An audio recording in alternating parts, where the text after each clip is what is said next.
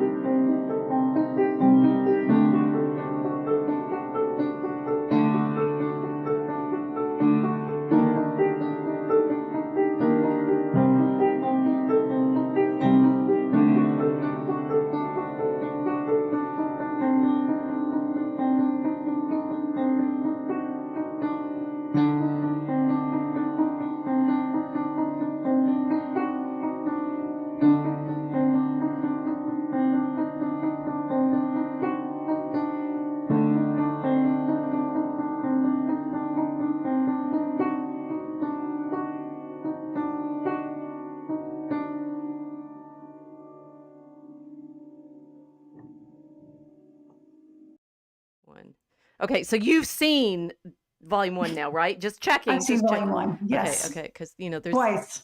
Twice? In less than 24 hours. Actually, no, just the last episode, yeah. That would have been much. I think the most endearing thing for me thus far was when everybody, it's like, okay, so we're sitting there waiting for the hour, right, for it to Netflix to release. Oh yeah, and it crashes, and then I can't see that it crashes. I bless their hearts. I mean, they did try, right? The Duffers said that they upped their server, capacity by 30%. Just enough. Just enough. But they'd have crashed it just a little bit. I don't know. I think they'd have to crash. You're right, exactly. Crash it just to crash it, because why? How else do you know that it's a big exciting thing if it doesn't crash, right? Yeah. And then everybody jumps over to X to find out. Like, oh, and that was indeed my first thought. Oh, wait, it's crashed. Everybody go to X and figure out what's going on. We're here in the internet. Trying all these different ones. So he's like, it's on Apple, and then I put it in Telegram. It's on Apple. Get the Apple TV. Well, indeed. So I'm as I said, you guys, you're not gonna hear tonight where I was probably, but I had terrible jet lag, and so when I started trying to watch Season 5, I only got through the first 2 episodes before the jet lag, boloed me and I fell over. But and then by the time I woke up, it had fed into my television service. But the first 2 episodes I had to watch on my iPad because my Apple could stream it, but my Roku wouldn't. So there you go. I don't know. I don't even understand the complexities of how many different places you can access Netflix that this had to work. But the Roku was not loading as early as the Apple. I cannot imagine having jet lag that bad from where you were and watching something like Stranger Things. I mean, I've had nightmares already. I know Hans made a comment. He said, "Thanks, Casey, for recommending this." I've had nightmares for 2 weeks. That was just on the I did openings. too. Well, you've had Yeah, I nightmares. had You've had nightmares in the last 40. Okay, so recognize we're doing no, this not in the last 48 2 hours, days but just after as it dropped. right. So yeah. No, so when you said, "Hey, let's do streams on Stranger Things," and I said, "Well, I better review." So I watched from start to finish, which I hadn't done before, and it was really great fun. And but because I was watching it so much, it does strange things to your mind, much like the Upside Down. And I did wake up screaming twice. Uh, Good for you. Well absorbed. Yes, you've really gotten into yeah, the story here. yeah, a little too much. So this Yeah. is I mean the I'm very happy, and we're immensely grateful to Mel for dragging me into this by saying, "No, you must watch it. It's cool." Yes. Um, that I got to experience this one together with you guys. That it was Yeah, that I that's fun. it's certainly the original, the OG Stranger Things watchers who back in July 2016 were even aware of the idea that they needed to watch it and got to see it fresh, perfect, pure, cool, right? I was looking at what was happening in July 2016, and the day it dropped, I did do this little bit of historical research. The day it dropped, July 15th, 2016, was the same day that the truck drove through the people in Nice and killed 80 people. Oh, whoa. Yeah. Wow. Yeah. Remember what was happening in the summer of 2016. And to It seems like such a long time ago. And it was like almost was it nine, nine, 9 years nine, ago? over 9 No, years ago. over 9 years ago. Yeah. Wow. And It seems like longer. well, so this is what's fascinating for me about watching this, basically, as we've talked about, in retrospect of the nostalgia of when it actually originally aired. Yeah. That there's the feeling of what we've been through in the last 9 years, which I don't care that the Mm. story is set in the 80s. It's about now. It's always the terrors that it is investigating are the ones we're living through in the moment. They're not the ones They they're are. not And the ones that we were living through in the 80s. that's an interesting aspect of the show is the clock and time itself and Hmm. how it stops at certain points during certain traumatic events. In the Upside Down, you'll go to one house that is stuck on one date in 1983, and then you go to another one that's stuck in 1959, Hmm. and it just keeps kind of jumping around. It's like, well, wait a minute, this happened on this date, and everything's like stayed the exact same. It's this kind of almost very well. It's very Alice in Wonderland, right? Falling down a hole and watching all of these different things float around her. Time kind of acts like that there. If that makes any sense. Yes, It's no, like a keep going. I'm whirlwind. just I'm still, tail end of jet lag. You're far more coherent than I am, so don't worry if I'm just listening. Well, we're in trouble. Oh, you're in one ear. I can't usually put all my thoughts Well, into be a coherent prepared sentence. tonight. You're going to go into your own upside down. Um, so I'm some already some of what's there. interesting is that trust me, um, what people have been talking about in the last few years of the internet being stuck and the internet having died, the dead internet. If you look on All YouTube, there's right. loads of videos about how the internet has died and how we're all now stuck in some moment. I think it's not so much. I mean, the AI thing is interesting, and I've read. This is a shout out to Copernicus on Substack. You did a really great article, Copernicus. It's very, very good, and we should talk about it in detail Hmm. sometime. But that we are. I think I think it's not so much that we're trapped in the internet is dead.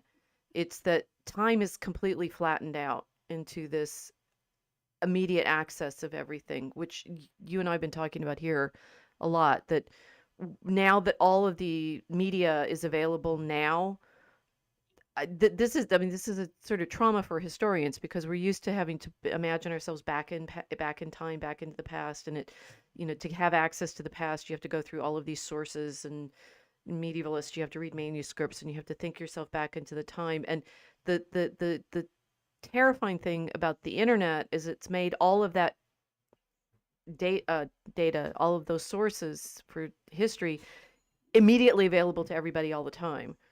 and that Mhm. it definitely has flattened out our sense of access to knowledge about the past. And I for a very long time, I always used to think of time as this thing receding from me. I could see it in my imagination as a sort of back into the past.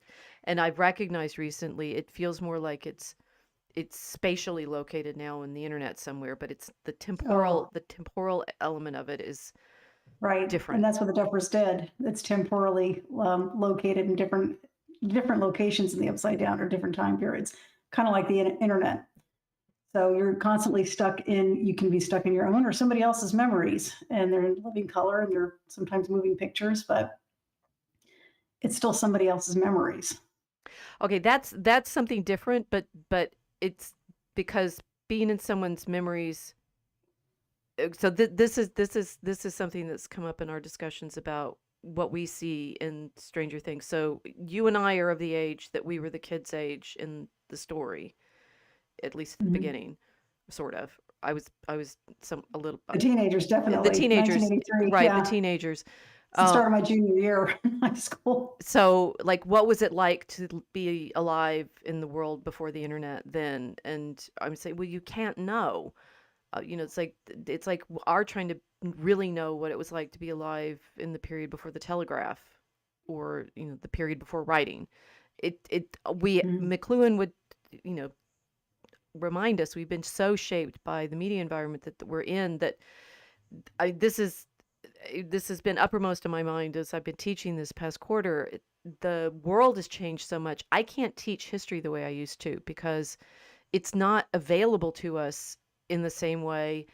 Ironically, when we have so many more sources that we can all look at the same time and study it, it's like it's I can't do it the way I did in the 80s when you could only you had a lot of photocopies and printed books and no internet. I can't even imagine what it was like not being able to look something up on my phone if I needed to check a date. I still, honestly would rather have paper because it matches my own pace more easily. I can easily get lost, flipping through different digital sources of things and flipping through them very quickly and just skimming. Whereas in a book, you can skim a book, but I don't know. There's just something different about having a physical book in your hand. It's This hard. It's is hard to. this It's hard to describe. I'm not saying. I mean, I work with physical. You know how many books I have in in my Hmm. home. It's ridiculous. It's like that, but there's again. It's we're talking in parallel. It's when I can, if I need to show my students something, and I'm reading. For example, I'm rereading Francis Bacon's New Atlantis right now again for the gazillionth time, and he's talking about the colleges of the 6 days because this is this Solomonic Research Institute thing and the 6 days. What would the 6 days be? And my first impulse is to go to my iPad and find a picture of the days of creation so that I can show them what he's talking about. It's like on the one hand, I can be more accurate in terms of how Bacon might have been imagining what the 6 days were, but on the other, I'm being pulled out of the book constantly because I'm thinking, oh, all of these ways that I can connect it to these things. So the Upside Down is constantly doing that because you, like you just said, you get lost in it. You have no, Yeah. it mirrors the world that we are in now, but it's dim and difficult to navigate. And spoiler alert, we find out within 5 that there's somehow this wall around it, which I'm wondering what the meaning of the wall is, whether it's like what kind of wall can you create that can keep people from not being able to see more of their situation? Hmm. Yeah. What else can keep things out or in? Which one is it doing? Right. Right. Oh, but so I should just say what the Copernicus article was about. It was understanding the way in which the AI slop is actually a problem that we recognize in Mouse Utopia. This was so genius that he put these two things together. And we've talked about the Mouse Utopia before because Owen was talking about it ages and ages ago. That the mice, when they were put in this completely artificial environment, basically stopped reproducing and all died. even though Mhm. they had all the food they needed, they were, not being eaten by cats, they were completely taken care of. They never reproduced to the level that they could fill up the space. Talking about walls, right? Mhm. And being hemmed Right. in. They never reproduced to the point where they could fill up the space. And they started having these pathologies of, you know, gr- weird grooming and it's odd sexual behaviors and things like that that didn't include making more mice. Um, Oh, strange. right, and what Copernicus suggested was these are both information problems that the AI that runs it on itself over and over and over again degrades. Human culture that doesn't interact with the real world degrades in the same way, and that tell you about pulling this into the Stranger Things problem, that is in fact what we've been experiencing with the increase of urbanization, that the people that live in cities, I mean, I think cities are very interesting artifacts, as we've talked about as well. But Mhm. the more you're in the artificial environment of the city, the more you are no longer in contact with, like, the touch grass thing that the Yeah. kids talk about. Therefore, the like people. I don't know whether I never can understand how this is true, but maybe it's actually when people say, "Well, why do we need farmers? The food's all in the shops." Right? You have Oh gosh, yeah. you're no longer in reality at all. It's like your entire world has become this upside down, disconnected internet that has no more life in it. It's just reproducing off of its own information, and that information regurgitation and slop is what causes this the information collapse causes the civilizational collapse. And I'm like, yep, that'll do it. Right?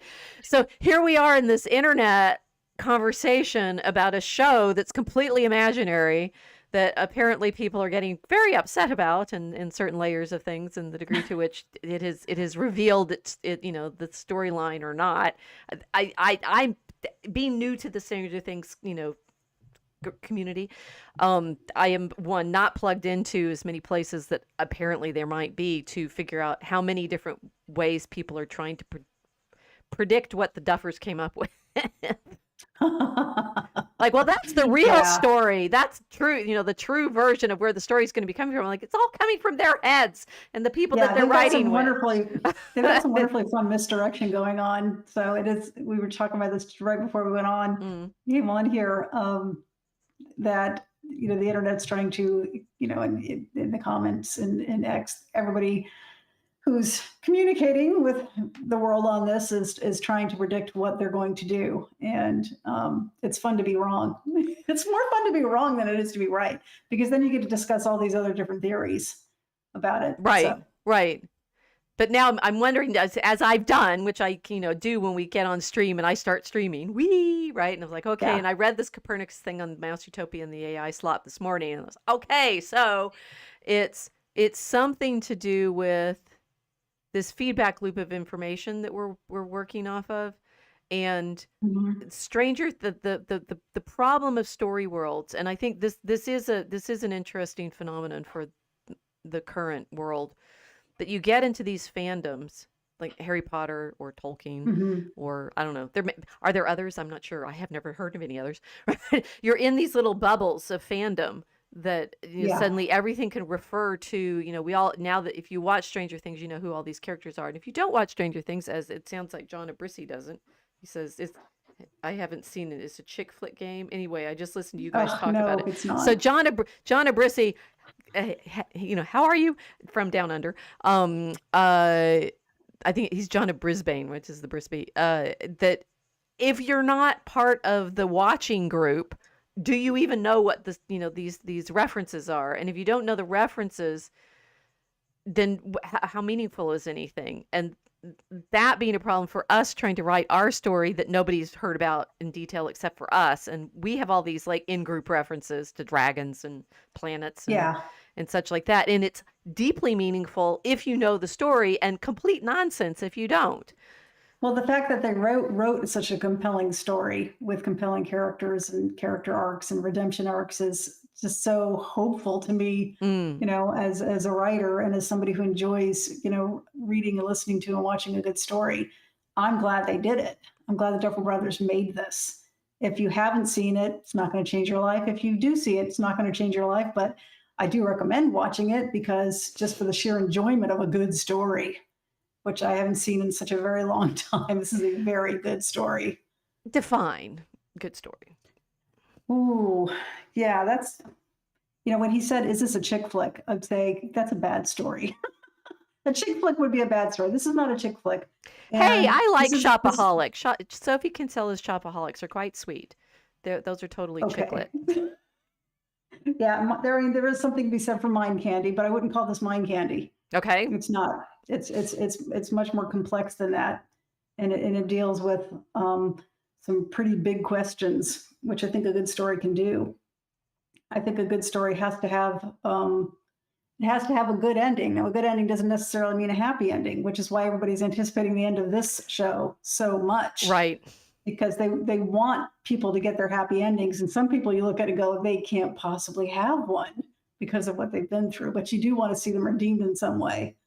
And I think if you can see that, it's a good story. And they've already had a couple of redemption arcs in here. Some people, they redeem themselves right at the point of death, like Billy did Mm-hmm. in season 4. And some people, and again, this is a spoiler alert. If you haven't seen volume 1 yet, turn this off right now. Okay, I'm gonna go. So we've put up as many walls as we can to people's yes. curiosity. So if you're still listening, So that's on you. yeah, so Nancy and Mike and Holly Wheeler, their parents, they're kind of a mess and they don't pay attention to their kids. Mm. And that becomes very important because they suddenly, quite suddenly and quite heroically woke up and started protecting their daughter. Mm-hmm. And it was, well, that's all I'm going to say about that. But they did redeem themselves there. It's like because they had been sleepwalking through their lives because they were just, an old married couple. They were bored. Both of them, they were like just really bored. But so they hadn't been paying attention. But they suddenly were put in a situation where they had to pay attention. I mean, they redeemed themselves beautifully. We don't know if they're going to live, but live or die doesn't matter. They redeem themselves, almost like Billy did. So it's good to watch these stories of redemption, and even the main bad guy.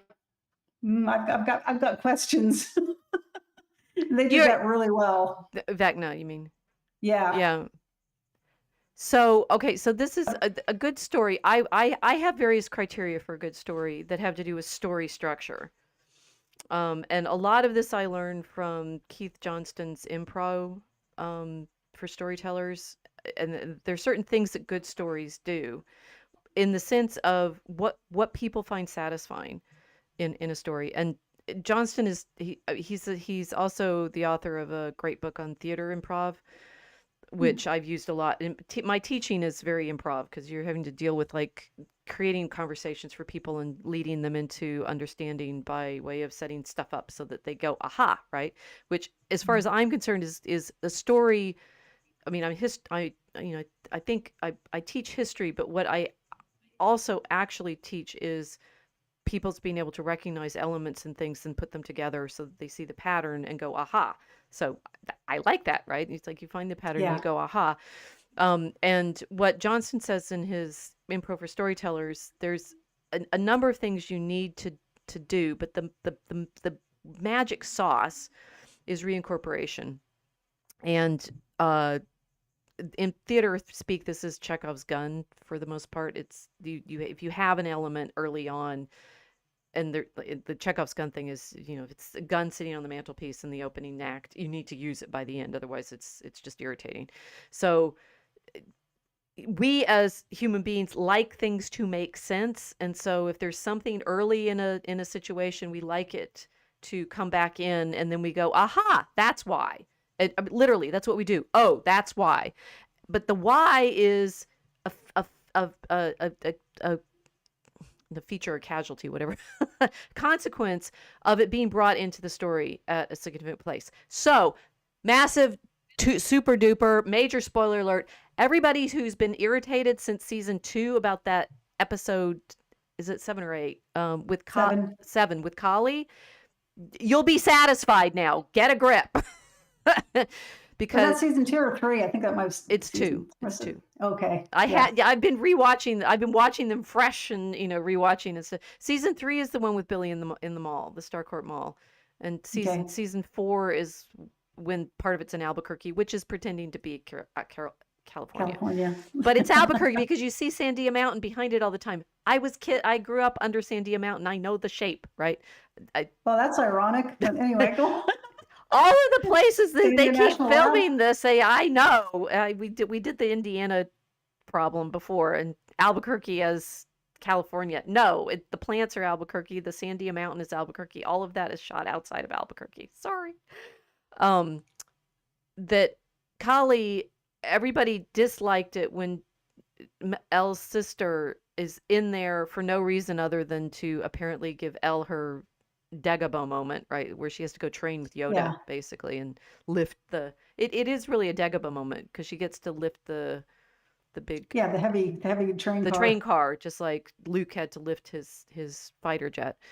That Kali gets to be reincorporated, and it's the reincorporation that makes you happy. It's like, oh, it meant something, and it the terrible desire that we have to have things come back in. You will be happy even if it's a sad thing. That being reincorporated, the reincorporation can be in a sad event, but your storytelling organ will be delighted because you had paid attention to something, it's brought back in, and it's given a place in the story. That's it, right? And you can improv, and I will say this, I can improv off a story, as I learned from Johnston, and all I have to do to convince you that I knew where the story was going is bring back in something I set up previously. Whether I knew what it meant to begin with or not, I don't know, but I'll go along in the story and then realize, oh, okay, I can bring that element in, and you will be satisfied that that story has meaning. Right. That's like when you go to an improv show and they throw, 2 or 3 random objects on the stage and tell the actors to use them. It's always fun to watch that. It's the same thing. You have to, if it's there, you have to use it. If it's there, you have to use it. But this is another layer. That's the Chekhov's gun as such, right? And then they are improving off of that. And there are other techniques that they use to trick you into thinking that they actually planned the story out in advance. They didn't.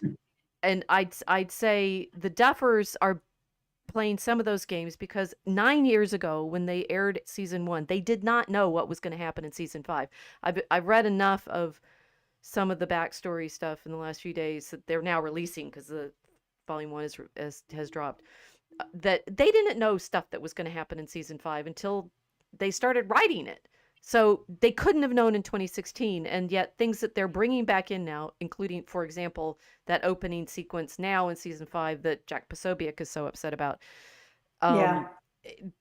They had to reincorporate it now. Oh my gosh, that's the meaningful thing, that what happens to Will when he's first kidnapped and taken into the Upside Down. And yes, when we talked about season 1 a few weeks ago, I said that scene where he's got the thing down his throat, that's not innocent or a breathing tube. It was disturbing. It's disturbingly sexual, and it was that. And so, Jack, sorry, you didn't discover this just now. It's supposed to be disturbing. It is just as disturbing as you think it is, and it's reincorporated from season 1 in a way that satisfies all the things that they left hanging in season 1, but they did not know the answer to then. And if you decide that they meant it all along, all they've done is improved it in their writing process over the decade. That was a very fun surprise, seeing Kali behind the door. Everybody assumed it was Vecna. I was like, oh, they've captured him. Okay. Right. But what they're doing is looking, they're as good writers, they're looking back over what they've written and saying, that's an element we can reuse. That's something we need to answer and bring back in. And so what we're hoping is they're going to do both of these things. They're going to bring in the things that were left mysterious to intrigue us at the outset.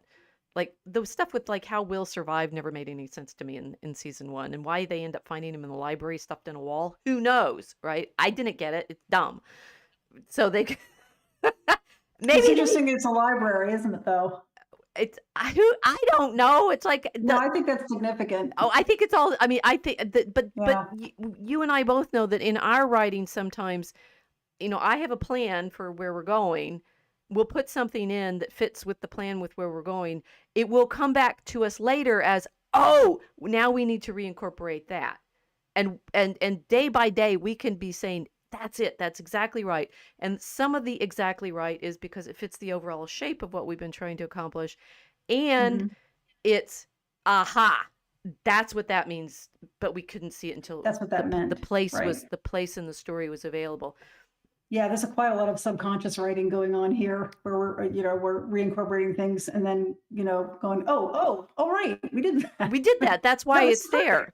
Yes, it does need to be here. Yeah, this isn't repetition, it's reincorporation. It's It's reincorporation. different. And the good writing, if you've so the problem with writers, and I will say this is what the people are worried the Duffers could or could not fall into, like that Variety review that we looked at that hates it. We're gonna I'm sorry, was she watching the same one as me? I don't think she was, the author of that. I'm not sure. This is Variety, and it's Allison Harmon's. We're gonna name and shame because we do our we do footnotes, and which I can't find because I can't get into Credit where credit is due. credit for what. Here we go. It's this movie is not about pure nostalgia. She's incorrect. Right. It's Allison Herman for Variety. Stranger Things shows its age in a final season that it's outgrown its core appeal. Okay.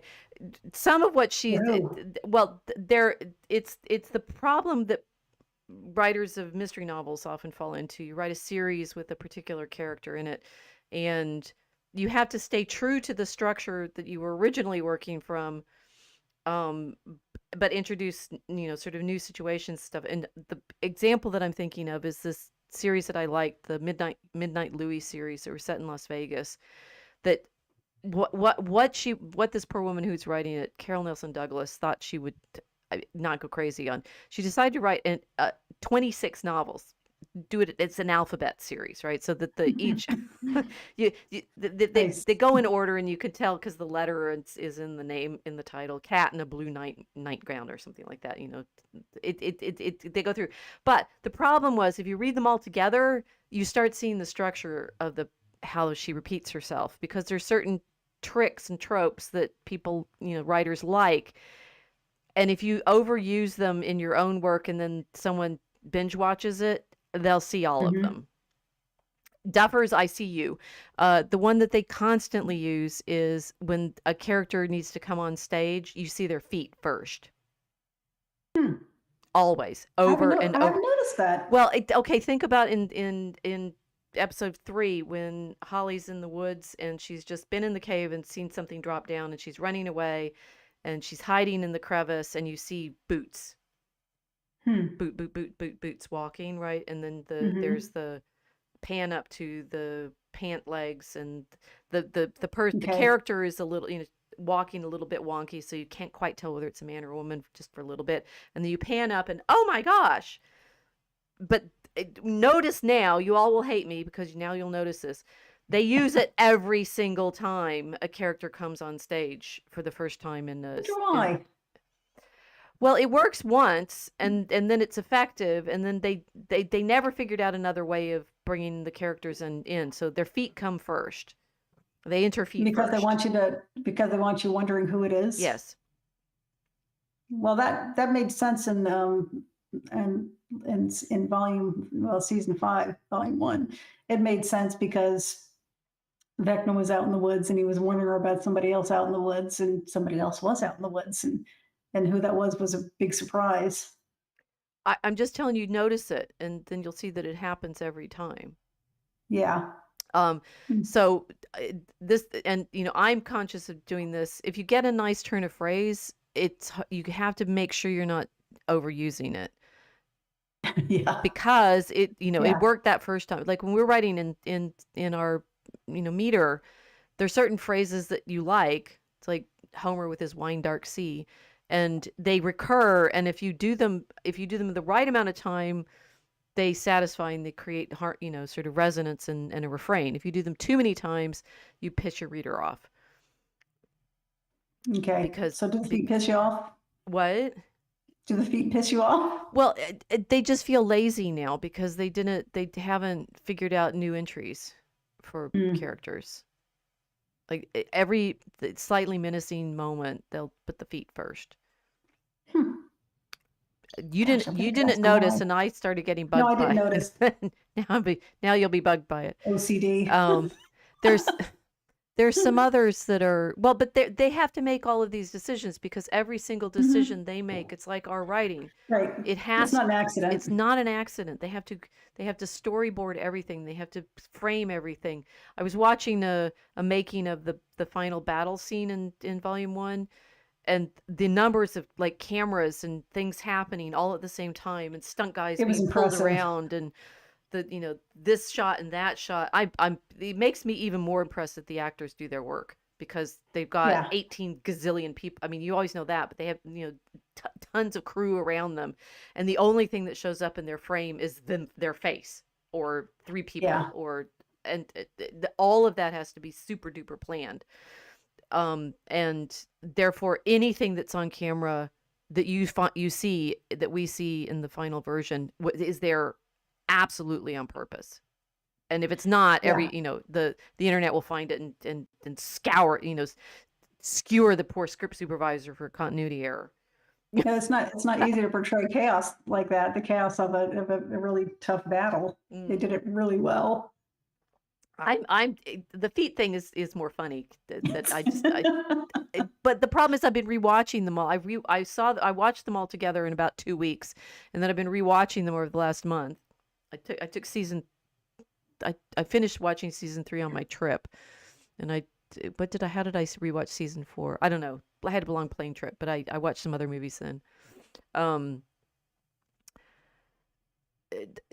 Anyway, so I think the guessing what the Duffers are going to do involves the same process, that everybody's going back and looking for significant or apparently insignificant details that then become incorporated and gain greater significance, and you as audience will enjoy that because I didn't see that the first time through, but now I get it. And so it's like the clues were there, but that's why we enjoy stories, because they're purposeful. Mm-hmm.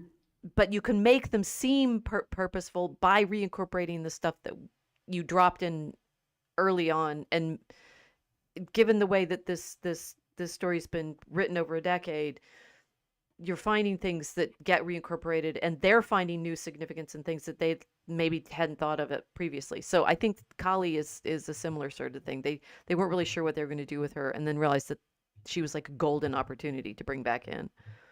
Yeah. And it worked. Right. There was something else that I want to go through the things that you wanted to highlight, but there was one other thought that I had. The storytelling, the reincorporation.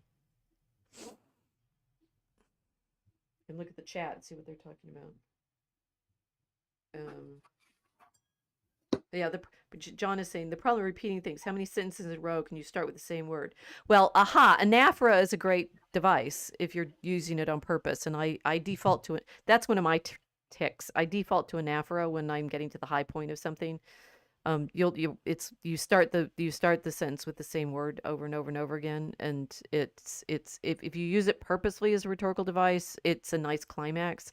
If you use it too many times, all of these things are appropriate in the right doses, like salt. John saying I've watched Poirot about 5 times and see new things each time. Yeah, this David Suchet Poirots are really good. Vecna's squishy feet. See, now you guys are going to notice the feet. It's all there.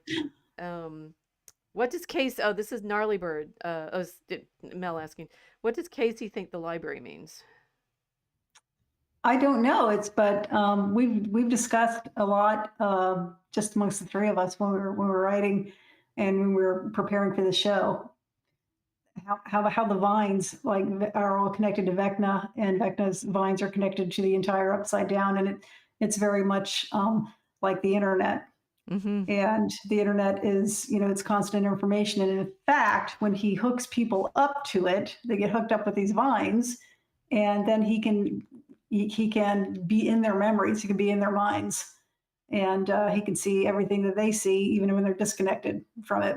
Wireless. Now they're wireless conductors of the information he wants, and the information he can release, because he was kind of using Robin, the character Robin pointed this out. He was kind of using Will like a big antenna. He's got a big antenna in his head, Right. and he did, because he was like I say, he was like a spy for Vecna, willing or sometimes willing, sometimes unwilling. Well, mostly he's always unwilling, because it's like he's possessed when he was younger.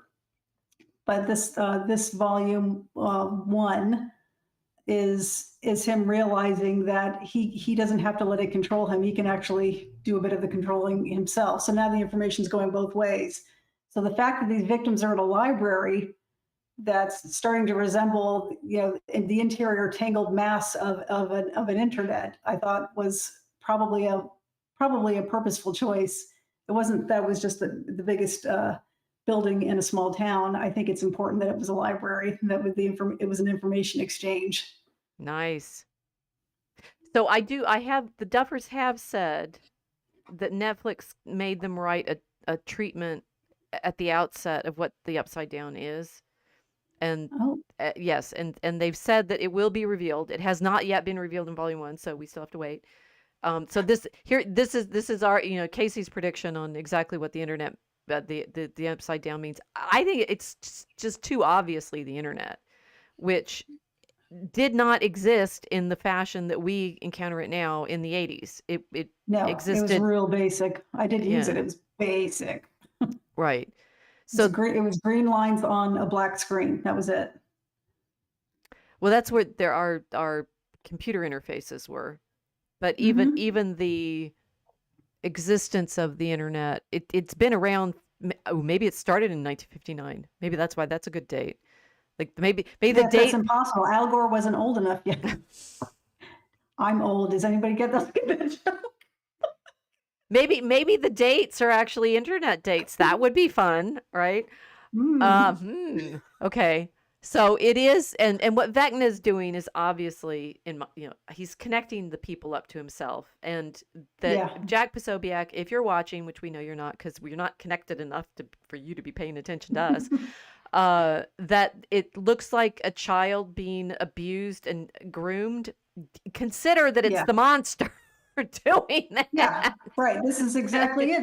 And he wants children because he said they're easily broken, right? They're weak and they're easily broken. So yeah, it's disgusting. It's supposed to be. This is demonic. He even looks like a big demon. Uh, They couldn't tee this up any higher for you to get that this is evil. So is what the evil looks evils like. of the internet. Don't let your children online. Seems to have been That effective. too. Yeah. Because you will now understand how horrifying it is, because people will get in your children's memories and lie to them. Gee, Yep. right? Right now I It's feel like child grooming. I'm completely converted to the one I had started to appreciate with my studies of Beowulf recently, and less recently reading E. Michael Jones's Monsters from the Id, that horror is dealing with the things that we haven't been able to say out loud, which certainly the children have not been able to say out loud what they've been suffering. So No. all credit to the Duffers, consciously or unconsciously, whatever they're up to, showing the horrors of this kind of absorption into an adult fantasy. It's not an accident. In the last picture I have of Henry Creel illustrates that beautifully. They did this beautifully. Okay, let's go through some things that you noticed. So I will be telling you what you're looking at, and you tell us what we see. So here are Steve and Robin, and Robin's rocking out, and Robin's on the mic. Yeah, Robin's on the mic, and she's introducing, and they're in Hawkins, which has been taken over in a military lockdown. They're in lockdown, and she's given messages out to the people that she knows, because they're all still trying to find Vecna. still trying to find him and kill him, because they didn't kill him. They didn't kill him dead. He's only mostly dead, and they're trying to find him. And she's trying to give messages of compliance with the authorities that have taken over Hawkins, while giving secret messages out to her friends, that are helping her. They're all helping each other. Hmm. So that was interesting. They're living under a military state. They're in a military dictatorship now for their protection. Further protection. Yeah. So that, I mean, that they had to, well, they started writing this in 2022. So it was, the lockdown was starting to mitigate a bit, I guess. But then they ended up at the writer's strike. So they had another layer of difficulty of being able Yeah, to be in production. they didn't Um, start writing this in 2022. I'm sure they got the ideas beforehand. Maybe they started putting it on a page in 2022. okay. Well, we were just talking It about how was obvious. they did not plot out this entire series in 2016. They Not the entire series. No. No, and they've been incorporating things as we go along. It will be interesting to find out what was in their original treatment in 2016 about what the Upside Down was versus what they've learned in the process of writing it. But the feeling that the radio station is the place where they both, you said she's giving out messages of don't misbehave while subverting Right. it, which is Right. we are all familiar with having, how do you be on social media during the lockdown? Well, Yeah. yeah, Saying in Minecraft doesn't work. I'm not guessing. But we it's like that. tried. Robin was much more subtle. Yeah, she's a Yes. wonderful character. Well, this is where Herman's variety thing seems to miss the mark completely. That we have the one saying that the cast grew up, which interestingly the characters like the teenager characters like Steve and Robin and Nancy and Jonathan, they don't look that much older. It's a lot of the difference between 12 and 21 versus the difference Well, between it's enormous. 17 and 27, or 17 and 26 or something. Yeah, You change a lot more in those early teen years than you do in you the do. later time. That uh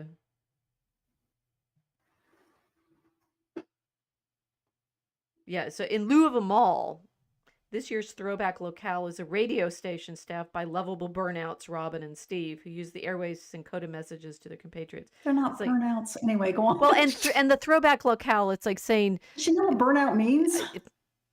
well, Anyway, I'm an 80s chick. It means they're constantly smoking pot. Jonathan's the burnout, not these two. Anyway, go on. but it's the tone deafness to why it needed to be a mall and why it needed to be a radio station. What you've just said, it's like they're the media problem of getting the messages out and under lockdown and under constraint. I mean, Right. that's going to be our internet problem of how do we communicate in this situation where your social media will be crashed and tagged and bleated out if you say something wrong. We know what this feels like in our own experience now. We speak in code constantly, even here, because you don't want to make the YouTube algorithm pay too much attention to you. Yeah. So that she can't get it's not allegory. It's the way in which their use of the media that they have is pointing to our sense of inhabiting the media that we're in. And the Duffers are constantly doing this so beautifully. Mm.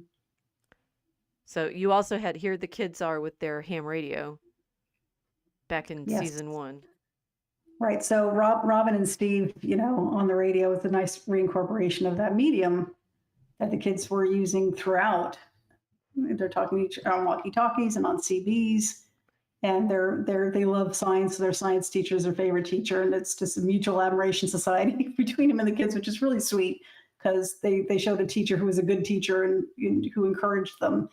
And I like to see good depictions of adults like that. But yeah, the technology was a great reincorporation there. So I just put that in there as a reminder of season 1, where you first see the kids playing around with these things. Well, it's also a reminder that the series has always been hyper media aware.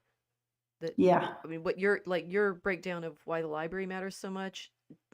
Hmm. I mean, so Gnarly Bird Mel is saying the basketball shoes, Linda Hamilton's boots, Elle's Converse, one sock up, one sock down. See, you start realizing you see shoes, She did see it. you You see guys noticed that I shoes a didn't. lot. You also see media a No. lot, so that this is Yeah. about Media is a constant. the series is constant. I mean, the Stranger Things in the Upside Down is constantly our being on the internet, which, given that it was a stream, this is a Netflix streamed show that we all crashed 2 days ago because we all wanted to be on it in the same. Right. It's. I mean, the horror of being in the media is its constant, beautiful theme. It's magnificent, and that these aren't just props. They're clues to the mythology that we're participating in.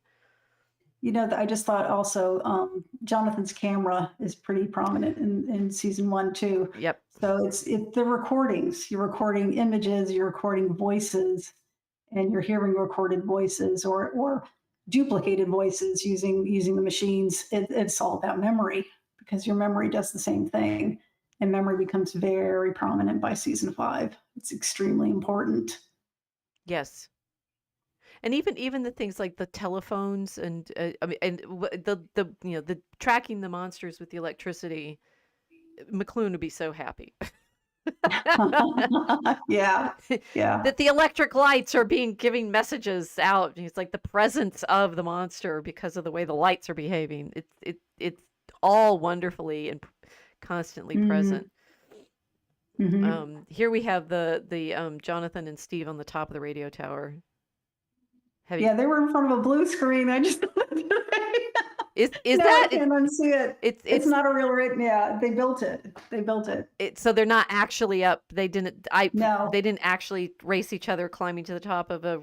I mean, it would be like Rocky Horror RKO radio tower, and they'd have to fall down and crash, and they die from falling in the pool.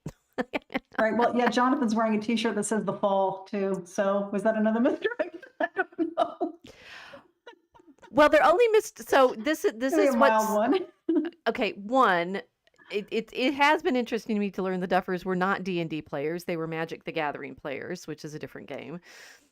But they, I don't play either. But okay, yeah, it's the same. It's a TTRPG, right? Magic the Gathering is cards. It's not. It's a different kind of game from Dungeons and Dragons. But you play it face to face. It's not a video game, and it's an imagination game, right? It is indeed one that you play face to face. There are clubs that you can go to play, and people collect. It's a card game, so you collect the cards.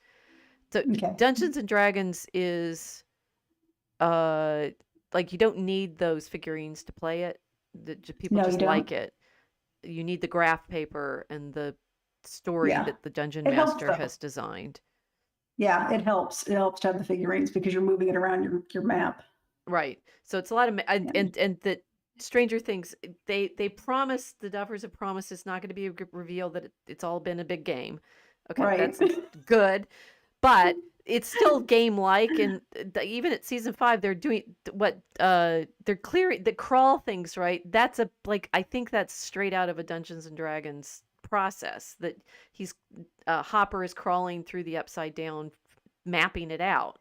That's what you do in a dungeon, I think, right? I'm even less of a Dungeons and Dragons player than Duffers, but so they're mapping things out.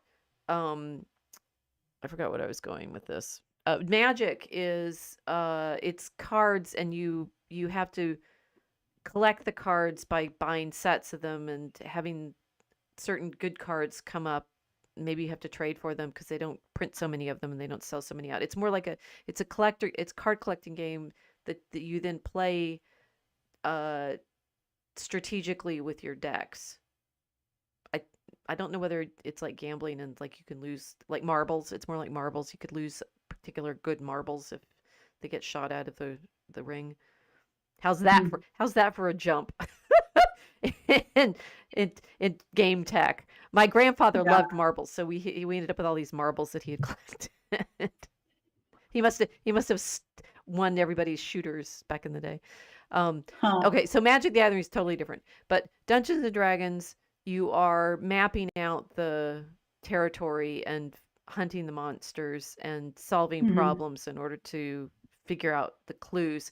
And I think, the game that this is what I was thinking, that people watching the series enjoying looking for the clues, you are encouraged in Dungeons and Dragons to do the same thing. That the dungeon master will describe to you where you are. Like we had Alexander Macrease describing his system for us, and that Hmm. the good dungeon master creates this imaginary world for you through his narration, and you then have to ask him to give you more information, like, well, okay, I look at such and such, or I open such and such, or whatever. There's code. There's like not coded appropriate ways for you to ask for information, and he will or will not tell you what's out there depending on how you ask and things like that. Hmm. And then you have to make decisions on the basis of what he's told you about how to act, and the dice come in when you are creating risky decisions, like, if I do this with my character's powers, will I succeed or not? So I feel like Stranger Things has played that game throughout, that you're given information that, if you notice, may or may not be significant to your ability to solve the dungeon. Makes sense. Which is probably why most people are trying to take a guess, because it does feel like you're kind of part of the story, since it can in many different directions. Yes, I mean, in the sense that they're playing along with the Duffers to figure out what's going on, it's totally part of the game. That, okay, so this, if we do this, this will happen, and the Duffers as dungeon masters are setting you up to fight monsters. It's you as the audience want to figure, and these are another of the big tropes that they use constantly, is some meticulously crafted set that they've managed to make look absolutely nostalgic will be tossed around by the characters in order to clear it out so they can do something else cool. I mean, they rearrange the furniture in this series more than anything, and even in this one, when they're having to gear up to chase the monster through the tracking device that they've shot into it. Spoiler alert. Steve is first trying to clear out the van that they've been using, but Dustin said, no, that's going to be too slow. We can't chase monsters with that. We have to use your BMW. We'll stick the antenna on that. That just Steve, in order to do that, Steve has to, of course, be making a pile of stuff that he's throwing out the door of the van first. You've seen that. Yeah, he was throwing out all this, it looked like expensive equipment they needed. He was just tossing it out. Right, but you've seen the Like, what are you characters do that doing? over and over and over again. Here, we're gonna lay out the map of Will in season 2 is drawing all the tunnels, and they have to scoot all the furniture out of the way in Joyce's house to put the pictures on the floor. I, Yeah. they move, or in episode 3, volume 1 right now, to set the trap for the monster, they have to rearrange the furniture in the Turnbow's house. Yes. Right. Season 5, not 3, but yeah. Yeah. And then cut a Episode big 3, hole in the season 5. floor. Yeah. Yeah. Right. So you are here we have this problem, here we have this equipment, here's Murray showing up with the stuff that we need this time, and we'll rig it together to trap the monster. I'm Yeah, guessing he's that very handy. I'm guessing this is a feature of dungeons, that you have to, okay, what do we have? How do we decide how Oh, to, true. Yeah. Yeah. right? How do What you tools do you have to what tools use? do you have? What do we have? Okay, and that's why Dustin is always like deriding Steve for not preparing. Like, Yes. why do I have to explain everything to you? Of course, your backpack carries, batteries and a flashlight and food and so forth. This is the practice of being in those dungeons. Hmm. So the DM is always the devil. Robert Montgomery is suggesting. Um, Don't think so. the DM is the situation for you. He's not actually trying to kill you. but you will die if you make bad decisions. Right. One That's why there's an element of chance with the dice too. Right. And And the worst decision you can make, as the one time I played Dungeons and Dragons, I found out, is not to work together as a party. It's a highly cooperative game, which is the point of the Hobbit-like boys in the story. It's like the four of them from the Shire. You have to work right. together, otherwise you're all going to die. Mhm. Just like the Fellowship in Lord of the Rings. Yeah, it is. Or the Four Musketeers. So Robert to say, what is the dungeon? It's a play area. It's a I mean, I think usually the early stories must have been you have to go underground. So the underground upside down is a dungeon reference, but the dungeons in Dungeons and Dragons are simply the space. And I Yeah. think that the story will go through, depending on how the dungeon masters crafted the adventure. It can go through a lot of different kinds of spaces. Is this correct? I mean, you can be outside in landscapes, you Yes. can be No, inside in yeah, you can be castles. It's yeah, you can be anywhere. But yeah, I think the earlier games were based on like Lord of the Rings. So they had a lot of kind of fantastical creatures and castles, which always have dungeons. And so if you're trying to escape some kind of danger, that's you're trying to escape a danger and prevent a danger in a lot of the campaigns okay. that I've seen. So yeah, so the earlier ones were based on old like European mythology type stories. So that's why I think it got that name. I feel like we're on the precipice of talking about the Satanic Panic Well, over these games now because of its Jack name. Posobiec is having a Yeah, satanic panic over the opening scene, well, saying he's it's not wrong in what it is, but he is wrong in telling people stay away from this. It's like, yeah, it's not young child appropriate. None of the show is. It's too scary. But for adults to see this, like, yeah, this bad things are out there and happen to kids. Let's stop that from happening, which is what the character's trying to do. yes, they're So trying to that save their the kids adventures. from this Yeah, they're trying to grooming save the kids. monster. Yeah, It's this grooming monster that's being helped by the government using them as bait. So that was an interesting story aspect for volume one in season the 5. layers are intense. The dungeon is the real situation. It's the problem of the story. So in the Lord of the Rings, the dungeon is Middle Earth. And they have to Yeah. they have to get across Middle Earth to solve the problem and kill the monster. It's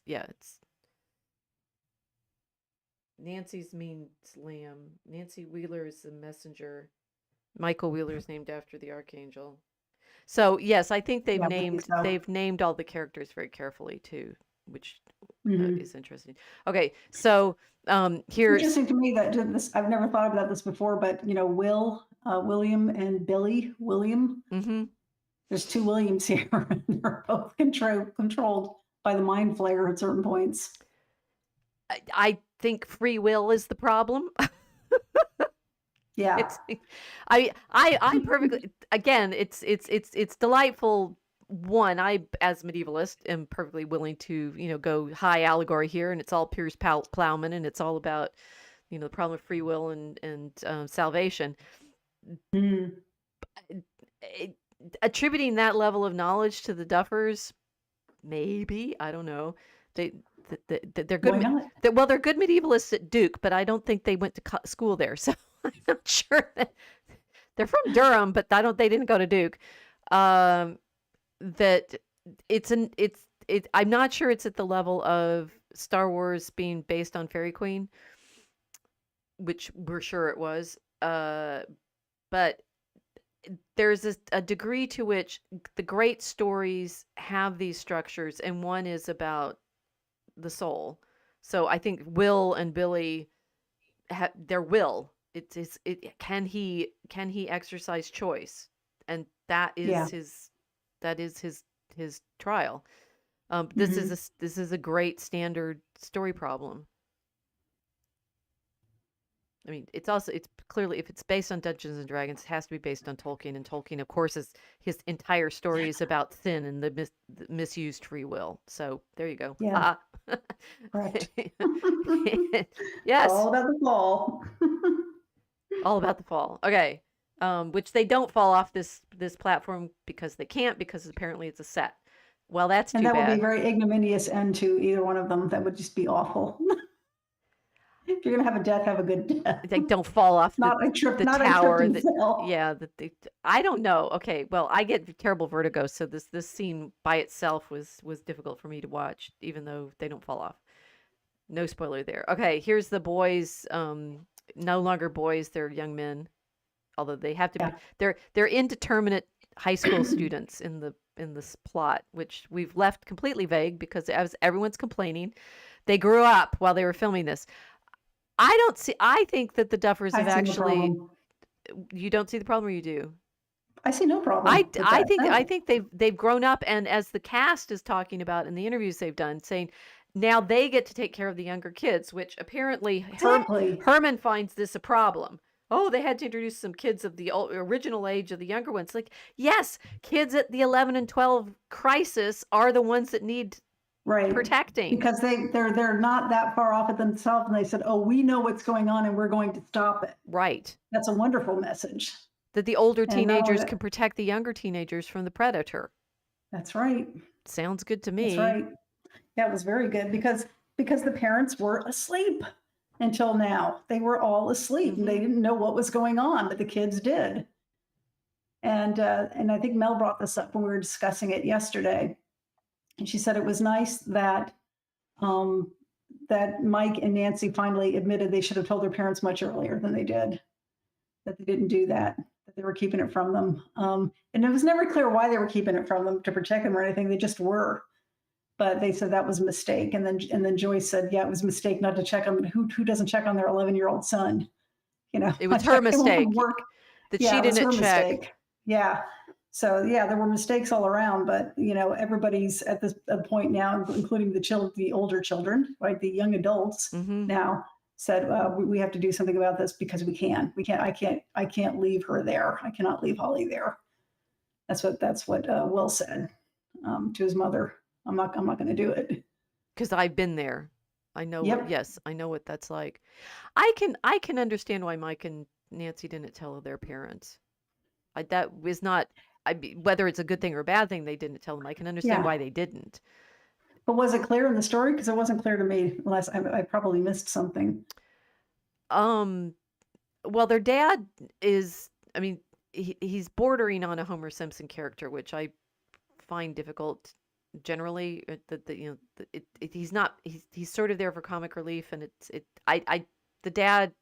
The Mr. Wheeler is an interesting problem because the setup is he's clueless. But of course, in season 3, when Karen does not go to have the fling with Billy, that's a virtuous choice for sure, because it was her. All he does is fall asleep on his lazy boy, and she sees him asleep with Holly on his lap and says, "No, I can't go do this thing." Even though she spends all of her time in this season, she has to fight to defend Holly when she's been setting herself for another her bubble bath. She's brilliant. So she's still having her fantasies and reading her romance novels and her bubble baths, but at this point she has to fight a monster. Else said she hurt him with her wine. Yes. Indefinite, exactly how. Okay, one thing I'm not clear about is how many damage points these Demogorgons can take before they die. The only one that's been satisfyingly killed is at the end of season 4 when Hopper gets to slice him up with his Conan sword. That was a fun moment. Yeah, that was. and that, well played, Harbor. That was a real. I hope he did that at his stunt himself, because he really, whoever was doing the sword play had a nice stroke there. I approve.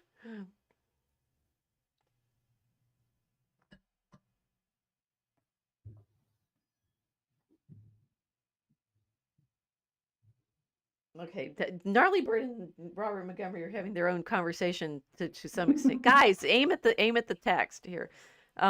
So here's Holly talking to Henry, who we don't fully see yet because we just see his hand. Right. She's talking to Mr. Whatsit. She called him her imaginary friend. Well, I think he's been telling this. Okay, this is left a little undetermined. She calls him Mr. Whatsit because she's been reading the book that you get that name from, Mrs. Right. Whatsit. But all of the kids apparently are calling him Mr. Whatsit. So is he calling? But then he tells them that his name is Henry. So how do they all? How do they all know to call him Mr. Whatsit? I'm a little confused now. I think he's introduced himself as Mr. Whatsit. Henry Whatsit? No. Yeah. I think he's introduced to the children as Mr. Whatsit because they're all calling him Mr. Whatsit. They are all calling him Mr. Right. Whatsit, but I think this may be a trip. We may have found a flaw, a tesseract. Wait, what's going on here? No, the way he's dressed, he would introduce himself by his formal name because he's acting as if it's 1959. Well, but why wouldn't he just call himself Mr. Creel to them then? Because the name is very well known in Hawkins, and he doesn't want anybody to know who he is. Okay, I'm wondering whether Holly's It's reading infamous. A Wrinkle in Time, which is what this is referencing, is okay. The Wrinkle in Time thing is obviously the big buried, not so buried, but totally obvious Right. big reveal clue that they are or aren't going to use to solve their huge problem of the story. Oh, I think they're going to use it, and you'll see why in a minute. Well, that was really hard for me getting that picture too. By the way, I couldn't do a screenshot of it. Oh, okay. So here guys. So this is Holly and the other kids. There's the new layer of kids that are still in danger. This being a good story. The situation saying there's always kids of this age, and you constantly have to. The preteen moment is well, I can't believe that Lolita is considered great literature. Oh no, I never read it, and I don't want to. It's gross.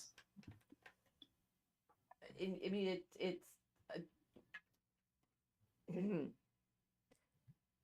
But I maybe started reading it, but it opens with this setup of Henry, what's his name in Lolita, is talking about how girls at this age are the ones that he's driven crazy by, the ones just before, like they're basically 12 or 13, just before they start turning into Oh, it's so creepy even hearing that much. I know.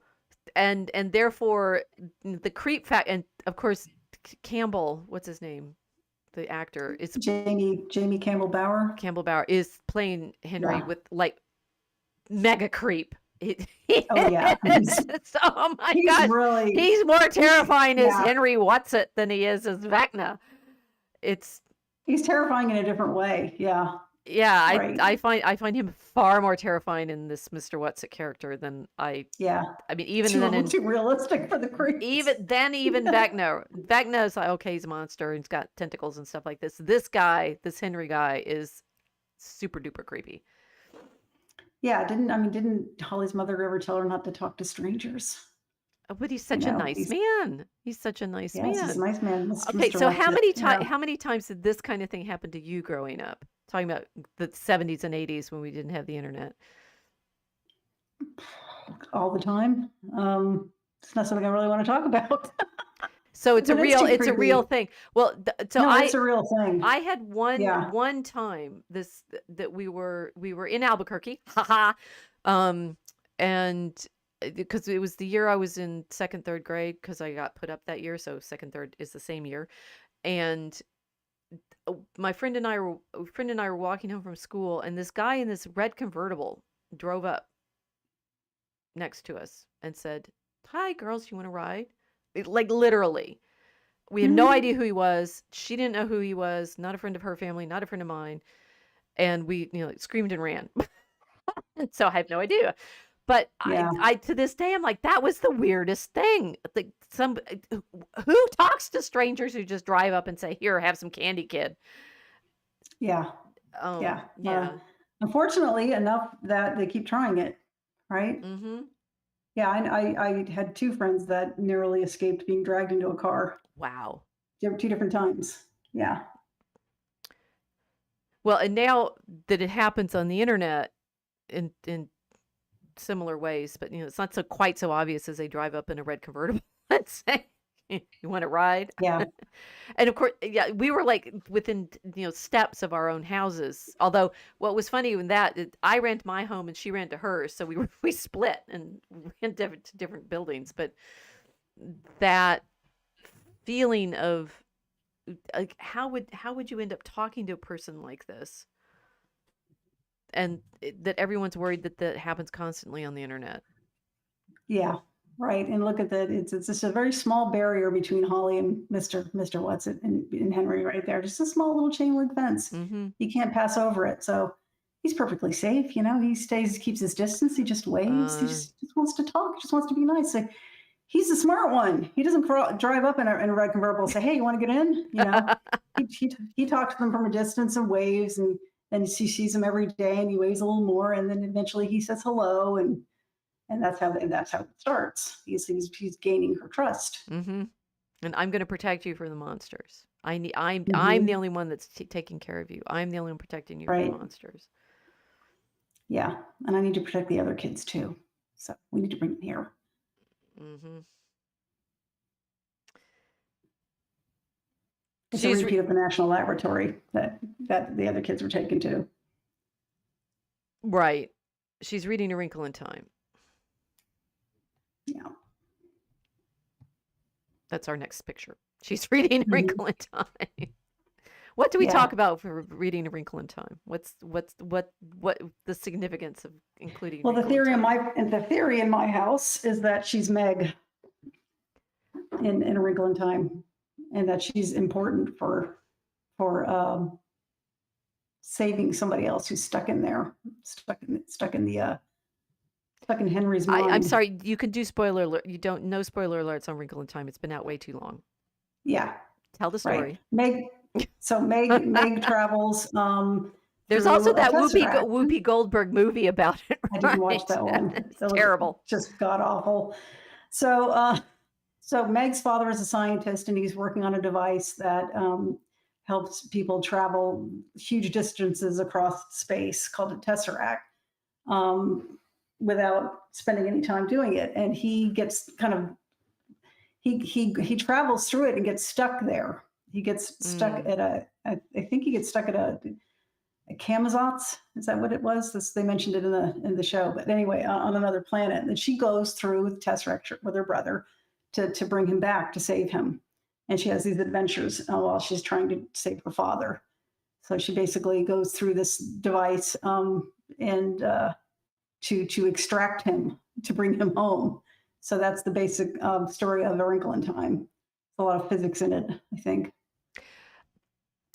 So the Mrs. Whatsit, there's a few characters which, I mean, the movie version of it made them seem kind of creepy because it's these Mrs. Whatsit, and there's a couple others, right? They're sort of witches. They're kind of witches. There's Mrs. Whatsit, Mrs. Who, and Mrs. Witch. Okay. And they claim to be able to help her, which they do. I mean, in the book, they do help her, but I was confessing, I do not like this book anymore. And what was funny is when I read it young, I read it growing up, I did like it then, and I was particularly struck by the climax scene. Again, you guys, this book has been out for ages. If you haven't read it, it's not our fault. So 60 years or 50 years. Meg, they go to this city that's run by the It. Is that correct? Yeah, it's run by It. It's run by It. The IT. Yeah. Nicely done. I'm not sure Madeleine L'Engle. She didn't mean it. No, I don't think she meant it that way. I think it's just in It, but it's IT. Yeah. And information technology. Right. It's a big brain. It's a singular brain. Meg's brother has been taken by it and is trapped in the illusions of the It. Is that correct? Right. And I don't remember where her father is. That was interesting. But in the climactic scene, she's having to battle the It basically by being able to. And was quite taken with this, so it's like, do your memory work. He encourages Meg to recite the periodic tables as a barrier against the It's invading her mind. Right, which is the same way the Duffers used music. Yes. right? So if you wanted to stop from capturing you and keeping you prisoner, music does that, especially if it's music that means something to you. That worked in season 4. Yeah. Um, Yeah, that worked in season 4. It worked a little bit in season 1 with Will. He was able to at least evade mm. the Demogorgons by reciting the song until it didn't work anymore. And I can't remember why it didn't work anymore. So what's interesting about the way the music, so Max is being kept around with the music. Spoiler Mhm. alert. That having it playing somebody else's music versus what Mag has to do is recover it from her own memory, which Right. I liked a lot when I read the book as someone younger, because it's like, oh, if I'm ever trapped by the knit, I'll be able to protect myself by being able to recite something. That it was a great spur to do your memory work and your drill yourself. Hey, and I have actually a true story. One of my professor friends told me a story once about someone saving his life by being able to recite the Gospel of John after being in a terrible accident, and Mm. then said it was him. Mhm. Or that in fact, the one of my great models as a scholar, Friedrich Ohly, who was a German who was taken prisoner. He was taken prisoner by the Soviets during World War II Mhm. and kept in a camp for like 9 years. Mm. He's one of the great scholars who worked on the interpretation of the Song of Songs. So I read his book in German when I was a graduate student, having to deal with that literature. And he was the first one to really study this commentary tradition. Well, he kept himself alive and various other prisoners with him in the Soviet camp by writing out poetry on sacks. I guess he'd memorized enough poetry that they were able to write out verses, and then other people would copy them out into little booklets that they made out of cigarette papers, and Mm. literally poetry saved his life. Wow, that's amazing. So never mind using the poetry to get around the AI barriers to, creating things that you're not That supposed to be was able to act weird. instructions on. It could save your life. And in Wrinkle in Time, and it's interesting because L'Engle, who wrote Wrinkle in Time, was a very devout Episcopalian. I met her once because she was giving a sermon at St. John the Divine in New York, which is where she'd been a writer in residence for some time. Mm. And I was in grad school late 80s when I heard her, so she was fairly old by then already. And it was some time after, and of course, she was famous because we, as kids, we'd all read Wrinkle in Time, and she gave Yeah. this sermon. Um, so there's potentially a very Christian element in Wrinkle in Time, although apparently L'Engle got in trouble with certain theologians because she believes in universal salvation, Oh, like that everybody's going to be saved. well, But I on don't the other think hand, Nick's gonna be saved. she was sufficiently, Christian that she was a member of the group at St. John, which is Episcopalian, St. John the Divine in New York. Mm. Uh, anyway, now when I read, I felt that the story's a lot thinner than I remembered it. When you're a kid and you read stuff, Well, it's a kid's it's a book. kid's book. But I was also less impressed with the exercise of resisting the it than I had been the first time, which I found very interesting because I really liked it when I read it when I was a kid. But I think, and you just pointed out that can work, but different people would use different techniques. Now, I worked with somebody once who, and I don't know this man's name, but my coworker had knew him and worked with him, and he was an American POW in Vietnam Mm, for a couple of years, and same kind of thing. He kept himself sane by building a house in his head, just very good. down to the very last nail. Like he would like memorize it and think about it, and he was Hmm. basically was literally building a memory palace, and that's how he stayed sane. Well, as sane as he could stay, and under those circumstances. Right. I think he probably gave himself OCD doing it, but he survived, and his brain survived. All of this makes it's really a good choice to have her reading that and Yeah. saying, okay, so how is this going to solve the puzzle of this particular dungeon for them? Here she is talking to Mike, who's given her Hmm. the character that he's inspiring her to consider herself as. Yes, Holly the heroic. you said you had some insight into the kind of character that it is? Yes, yeah, as Mike is explaining to her, she's a cleric, which means she has divine magic, and she can heal people. That's the character. The Mhm. character can heal people, and so he knows that he knows monsters are real, and he knows she's being plagued by them, by something. And so he gives this to her and says, this will help you. Just you can be just like her, So yeah, she can defeat. I think she can defeat monsters, but she can also heal people. Mm, And I think the healing people part is going to be important. that's interesting. Yeah, I mean, they yeah, have because this has happened before with their D&D references were there was a direct correlation between the characters the boys were playing in their original game in season 1 and what they were accomplishing later in the later seasons. They did have some of the same characteristics. Mike's called Mike the Brave, okay. right? And Michael's the Archangel. He is the definition of bravery. Right. So it was a significant plot point, I think, that gave you a clue what their role was going to be. Mm-hmm. And so far, his role has been to help and protect El. So Michael the Archangel's he's like a general to God, God's command. So Will is Will the Wise, and we saw him being trying to keep that character going in right season and 3. he is very traumatized, but with other people's help, he's learned to turn his trauma to his advantage, Mm-hmm. which is a wise thing to do. To not dwell on it, let it control you, but rather you use it to control what you need to do for yourself. I've not attended to this properly. Do you know what Dustin and Lucas's characters are? I can't remember. I'm sorry. I can ask my source, but he knows. We will report back on this. I'll report back.